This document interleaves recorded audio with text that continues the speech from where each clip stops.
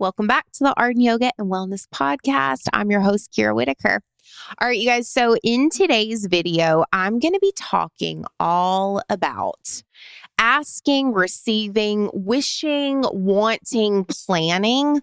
But what do we do when we get that and then some? What do we do when we get all of the things that we've asked for, all of the things that we've planned, but some of the negatives that go along with that? So are we willing to put our money where our mouth is? We say we want it all, but what are we willing to do when we actually get it all? Head on over to today's video and we'll have a chat about it.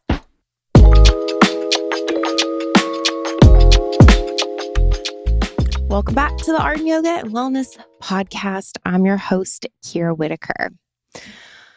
All right, you guys. So today I'm going to be covering something that I was really trying to figure out how I could take the past 10 days of learnings and condense them into something that was concise and precise and polished enough to where it was even deliverable for a podcast. And I think we'll see. I think that I've got it. I think I can do it. And so today's podcast is titled, Are You Willing to Put Your Money Where Your Mouth Is? And the reason I wanted to do this podcast is the past couple weeks, just in general in my life, it's been a little bit just all over the place, challenging, but compared to my usual challenges, but there's anytime, I say anytime, I'm pretty consistently trying to, anytime I encounter a situation or we just, I've wrapped something up, I try to figure out or look at or reflect on what are the learnings, what are the lessons, what are the takeaways, what were the barriers, how do we overcome said barriers. And so this past week, there were some things that kind of stood out to me that maybe could be helpful to you, could maybe give you some things to ponder, could maybe give you words to feelings or experiences that you've had that you have not yet articulated. And maybe it'll be that little nudge for you to look at those things. I don't know. But before I dive into those lessons and learnings, I definitely want to give some context, kind of paint a picture. So as you guys know, in a lot of episodes the past, 6 months, specifically last summer's episodes and the fall, I talked about not necessarily burnout that I had reached coming out of 2022, 2023, and really just the past 15 years. And I talked a lot about how I was wanting to condense my schedule. I was wanting to feel like the things that I was doing, giving my attention to, I was doing that well, instead of giving my attention to 50 things and giving all 50 of those things, maybe 40%. I wanted to narrow it down and do maybe 15 things and give those 110%, or maybe even 80, 90, I don't know.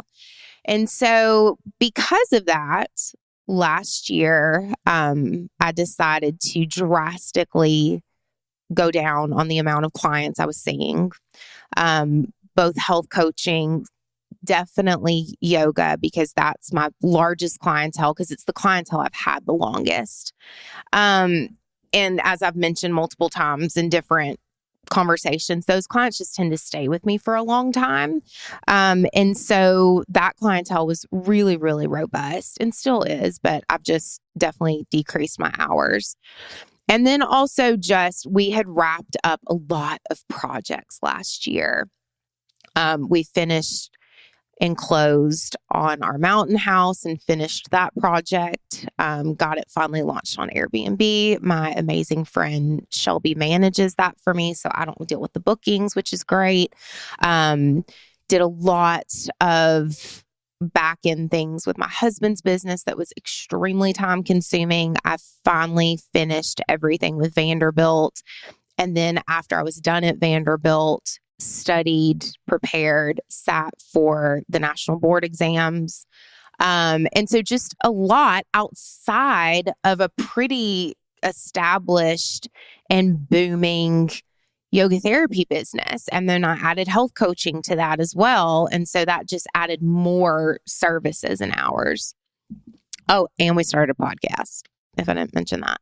So last fall, I made the announcement that I was going to be decreasing my hours pretty drastically. Instead of seeing clients 4 and 5 days a week, there were some weeks where I'd see around 30 clients. I was going to go down to 2 days a week in person, and then a handful of health coaching clients on the days I wasn't in the studio. And so what that has looked like is I've been in the studio seeing yoga therapy clients on Tuesdays and Thursdays, and I limit that to around 5 at a time, meaning 5 sessions back to back. So an 8 o'clock, 9 o'clock, 10 o'clock, 11 o'clock, sometimes 12 o'clock. And that has felt so balanced and really, really good. I feel like my energy is great. I feel like I can go in there and I have got every single chart memorized. It just feels like a really good balance, and it feels like something that I'm able to deliver well on. It's still hard for me to not take on more clients, especially when we get emails or if we get referrals. It's really hard for me to not say yes because I love doing it so much. But there's other things that I'm able to do when my children are in school, like go get a workout in instead of doing it in the evenings. I'm able to give that time to them. I'm able to make sure that everything that they need is completed so we can go to soccer. It is really, really, for right now in the season that I'm in, balanced us out. And it's also allowed for me to pause and take a deep breath. Okay. So let's rewind the tape to like 2 weeks ago. So for whatever reason, it just is what it is. This is how viruses work. My family has had the bubonic plague of stomach viruses, go through it for what feels like 10, 15 days. It started with my husband, and then I was like, okay, maybe everybody's in the clear, because we had about a week lull. During that time, I got a disgusting sinus infection. I mean, I went down for like 2 full days. I closed down the studio, did not go in. If you know me at all, I really don't ever cancel on clients unless I'm really, really sick, because I'm not there as much anymore. So I want to make sure that I honor those sessions and I'm there when I say I'm going to be there, and I typically am. So after he was sick, then I got a really gross sinus infection. So then that's that. And then last week, our son gets the stomach bug, and he's down and he's out of school. So then we have one day that's really looking promising. Okay. And that was last Tuesday. Last Tuesday looked good. I was like, you know what? We're going to make it through this. The Whitakers are going to be okay. So one day, both kids are in school. I went to work. Everything was great. And then our daughter gets it.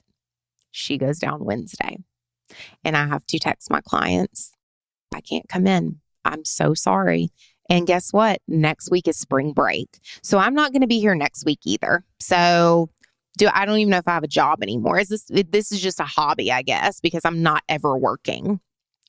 So during all of this like puke fest 2024, I get the weirdest and worst headache up the back of my skull, behind my eyes. I'm not prone to migraines. I've never had one that I know of. And so that's lingering in the background. I've done every sort of head massage I know. I've done trigger point release with my yoga block. I'm like, I don't even know what this is. Okay. So that's also affecting me because I feel like crap. And then also, anytime, I don't know if anybody else is like this, but anytime anyone has a stomach virus around me, if my stomach so much as growls or I feel a hunger pain, I'm like, this is how it ends. It's coming for me. It's my turn.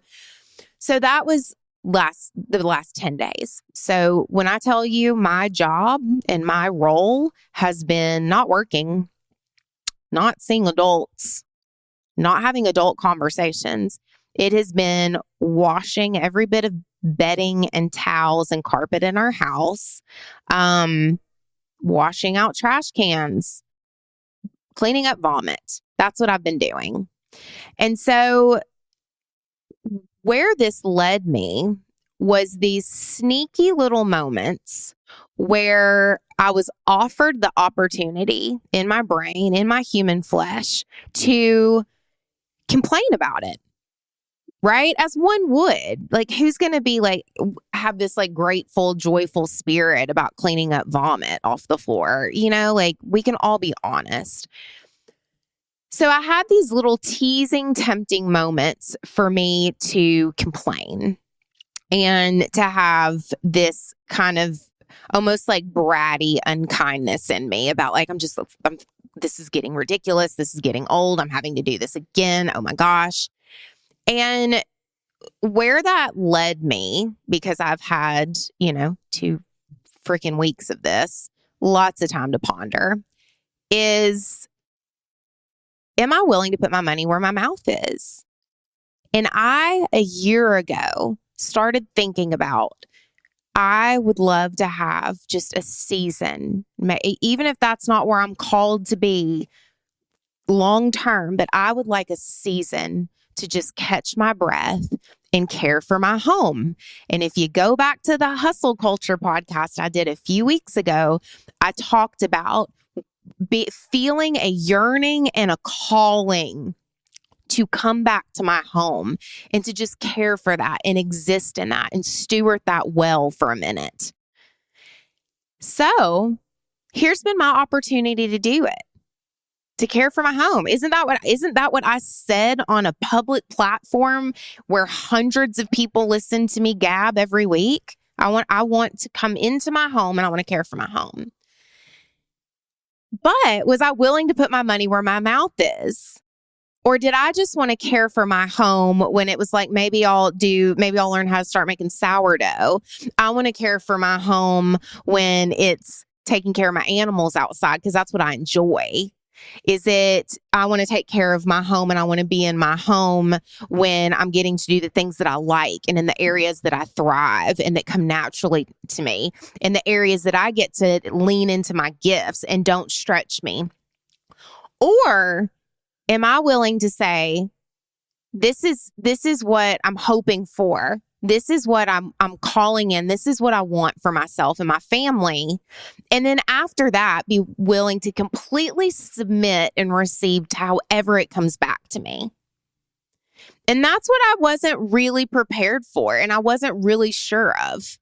And it has come back to me for the past 2 weeks of cleaning up throw up and having to close my business and me question if my clients are going to leave me because I seem unreliable because I'm consistently sending out text messages at 6 a.m. saying, I'm so sorry, I can't come in today. Or do I just want the vision? And do I just want the opportunities? And do I just want the home and the space in my schedule if it looks the exact way that I want it to, and if it fills me up the way I need to be filled up? Or am I fully willing to take it however it's meant to be in my household, however I'm meant to receive it?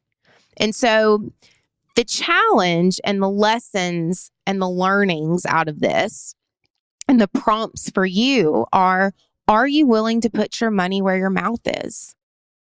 If you're a female and you're like, I want to be at home a little bit more. I want to have more space in my schedule. I want to back off on my hours. Okay. Are you willing to put your money where your mouth is? Are you willing to budget a little bit more? Because if you're decreasing your hours, it means you might be decreasing your income a little bit. Okay. You don't want to work as much. I've really enjoyed going to the gym during the day, but I said I want to be home more. I got called into my home for 2 weeks and I haven't been able to do anything other than care for my sick kids and clean up after everybody. So am I willing to put my money where my mouth is? If you're saying, I want to back off on work, okay, I'm really wanting to see less clients, or I'm wanting to downsize. Okay. Are you willing to put your money where your mouth is? What happens when you're no longer recognized and you're no longer affirmed for your career? Before you say that you want to back off and you just want to start fly fishing, is your identity wrapped up in your career and how people know you that way? Because you might miss that. And when people are no longer acknowledging you in that way, in the way that you identify per your accomplishments, per your job, all of that's great too. I'm not saying they're not, because that takes effort and it takes longevity and it takes commitment and it takes sacrifice and it takes talent and it takes you leaning into your gifts. All of those things are great. But when you're not acknowledged consistently for all of those things because you're not in that role as much anymore, is it going to be enough for you to just sit back? Because that's what you asked for. So are you willing to put your money where your mouth is? I want to be with my kids more. Okay. Well, what about when it's the days where your kids are vomiting on your walls, or your kids are just, quite frankly, being assholes and they're not being fun and you've got to parent hard? Are you going to put your money where your mouth is? Or are you just going to give them screens and let them lock themselves in their room? Are you going to pursue them? Are you going to pursue them when it's not fun? You wanted time with them. You wanted to be home. Are you going to do it? Are you going to put your money where your mouth is? And so this idea of, we ask for a lot and we romanticize so much of what we think we want and what we want our life to look like, or what we want for a certain season. But are we willing to uphold and step in and lean into all the things that might come along with that? With space, sometimes there's boredom. With stepping back from our careers or decreasing our hours, sometimes that means also decreasing the affirmation that we get because of that role. Are we willing to not be affirmed as much? Are we willing to go inward and self-soothe a little bit and affirm ourselves? Are we willing to switch up our schedules in a way that maybe isn't our favorite and maybe isn't optimal for us? But are we willing to say, you know what?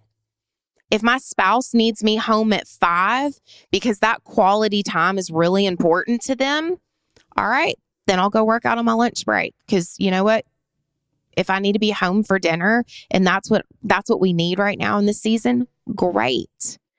And maybe, guys, you're in a different season where I'm talking a lot about like scaling back, just because for the past decade, I have been in these seasons of only scaling upward and upward and upward.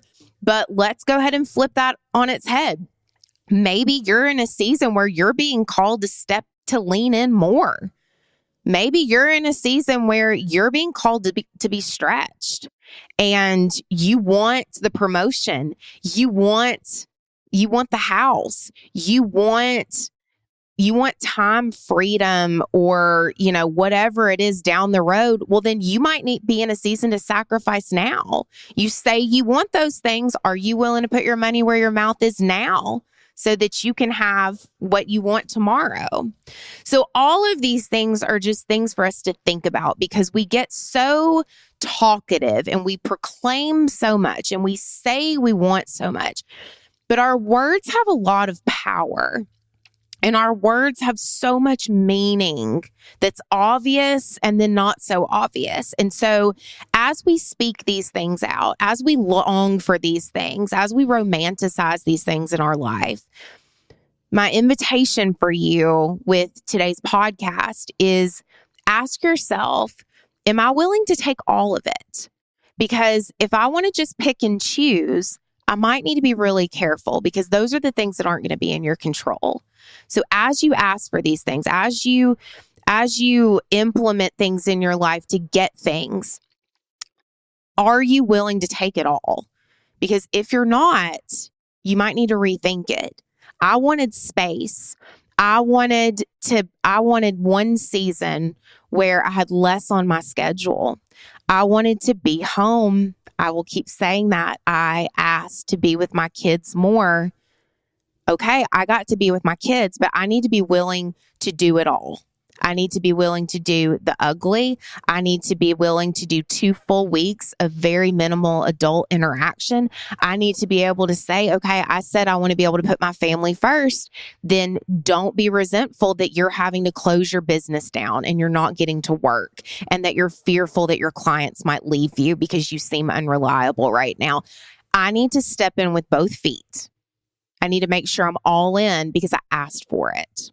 Okay. So if I asked for it, I need to be damn sure that I'm ready to receive it. All right. So with that, I'm going to sign off because I'm batching podcasts this week. And next week, we're talking all about yoga and diving into yoga research. And, one of my most favorite topics of all time, yoga, functional movement.